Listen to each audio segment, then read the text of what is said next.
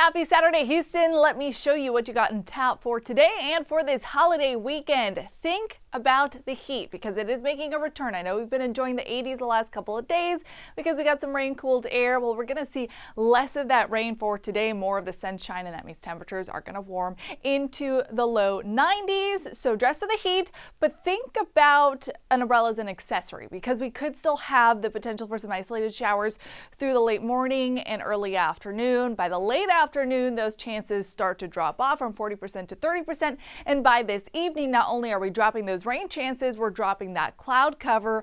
The warmth, however, will remain, in fact, mid-80s by the 8 o'clock hour, and those dew points will be in the upper 70s, so the humidity is going to stick around.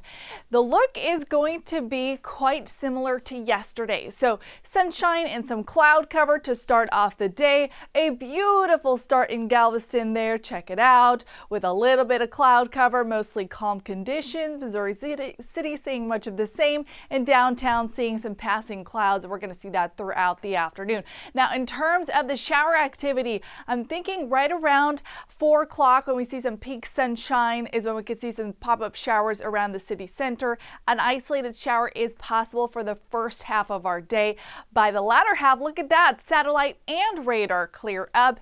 The look for our Sunday and into our 4th of July Monday is going to be less and less about the rain and more about the heat and the sunshine. Look at how those temperatures are going to climb. We're going to go from a high right around 91, 92 today to 95 on Sunday. We'll take it up to 96 degrees on Monday. Not expecting much rain at all. In fact, any rain that we get on the 4th of July is going to be more likely trace amounts. A couple of areas could get 1/10 of an inch, but definitely not going to be on the map for any records. Very different from what we experienced 4 years ago when we got more than 4 inches of rain on the 4th of July. Lots of force to talk about there. The previous record set in the 1900s, we're not going to get close to those, not even the low-end records.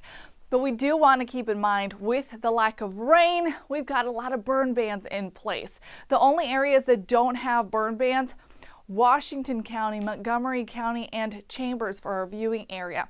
And although the burn bans don't include fireworks, we know fireworks can lead to very quick fire starts.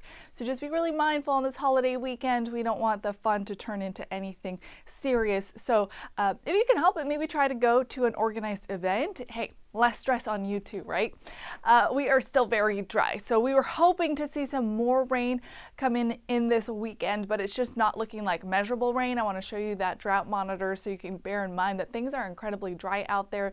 Our fuel source is available, a lot of dry vegetation, so fire starts could lead to rapid wildfire spread.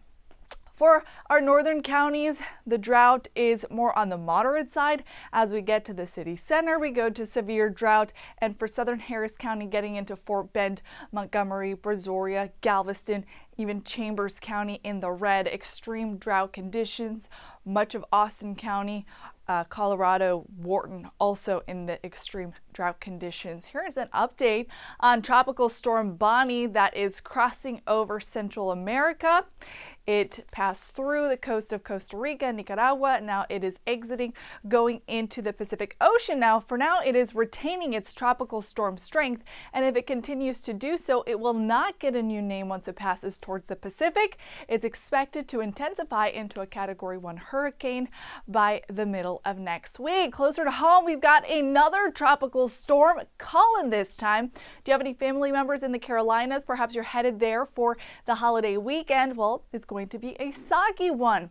This tropical storm churning along the coastline there. Much of the moisture right now staying offshore, but impacts are expected to push inland throughout the weekend with some heavy rain, some coastal flooding, and that is going to last through tomorrow. So main impacts for today going to be for South Carolina and then pushing towards North Carolina as we head into the end of the weekend. Here's a live look at infrared satellite imagery. You can see a lot of moisture, a lot of convective activity staying offshore for now, but over the last 12 hours accumulating about 1 inch or 2 of rain for South Carolina, pushing into the lower amounts as we head into the coastline of North Carolina. So we'll be keeping a close eye on that throughout the weekend. What we're going to be keeping a close eye on locally is going to be the heat. Like I mentioned, we are saying goodbye to the 80s that we had the last couple of days, and we're gonna say hello to the 90s again. In fact, a 96 for the 4th of July, and those temperatures continue to climb as we head into next week. Some low-end rain chances for the coming week, but for the most part, I'm thinking office chatter is gonna be about the heat again. I know I've been talking about the rain the last couple of days, but heat is back on, and so is the humidity. We will see you live on KHOU for some more updates. Otherwise, keep track with us on social media. Have a good weekend.